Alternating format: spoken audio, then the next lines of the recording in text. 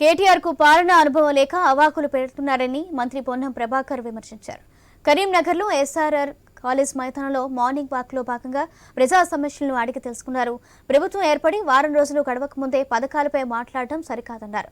కాంగ్రెస్ 6 గ్యారెంటీలో ఇప్పటికే 2 పథకాలు అమలు చేశామని, పార్లమెంటుపై దాడి బీజేపీ ప్రభుత్వ వైఫల్యమేనని, దానిపై ప్రధాని మోదీ సమాధానం చెప్పాలని డిమాండ్ చేశారు.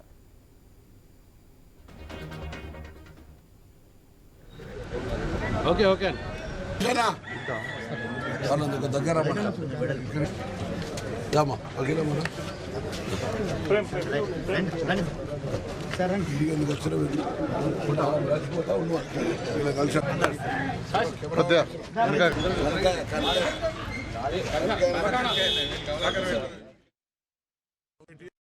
రాజకీయ జ్ఞానం ఉందనుకున్నా కనీసం వాళ్ళ శాసనసభ్యుడు సుధీర్ రెడ్డి ఇచ్చిన ప్రకటనను చూసి అవగాహన చేసుకోవాలి. నూతనంగా ప్రభుత్వం ఎన్నికైంది, వారం రోజులైంది. వారం రోజులకే 10 సంవత్సరాలు పరిపాలించారని ఇట్లా మాట్లాడుతా ఉన్నారు. నన్ను అడిగే ముందు మీ ప్రభుత్వం ఇచ్చిన హామీలు ఏమేమి అమలైనాయి, ఏమేమి కాలేదో చర్చకు సిద్ధమా అని అడుగుతా ఉన్నాం. మా ప్రభుత్వం తప్పకుండా ఇచ్చిన హామీలు ఇప్పటికే అమలవుతా ఉన్నాయి. రైతు భరోసా కూడా అకౌంట్ లో పడతా ఉంది. మిగతా కార్యక్రమాలన్నీ కూడా కాల పరిమితిలో 100 రోజుల సమయం నిర్ణయించారు. దాని ప్రకారంగా జరుగుతాయి. సుధీర్ రెడ్డి గారు చెప్పినారు 6 నెలల దాకా కనీసం మనం ఈ ప్రభుత్వం మీద విమర్శ చేయొద్దని. అదన్నా కనీసం కోడ్ చేసుకో, లేదా మీ అనుమతితో మీ ప్రకటన చూసిన తర్వాత, మీ చిట్చాట్ చూసిన తర్వాత కడియం శ్రీగారి గారితో కూడా మీరే మాట్లాడుతున్నారని అనిపిస్తా ఉన్నది. లేకపోతే ప్రభుత్వం ప్రమాణ స్వీకారం చేయకముందే కడియం శ్రీగారి గారు అంటా ఉన్నారు ఈ ప్రభుత్వం ఉండదు, కూలిపోతుందని. ప్రజాస్వామ్యంగా ఎన్నికై 65 మంది శాసనసభ్యులతో ఉన్న ఈ ప్రభుత్వాన్ని అస్థిరపరిచే ప్రయత్నం జరుగుతున్నట్టే కదా. మీరు అధికారం లేకపోతే బతకారన్నట్టే కదా. ఇది చాలా దురదృష్టకరమైనటువంటి అంశం.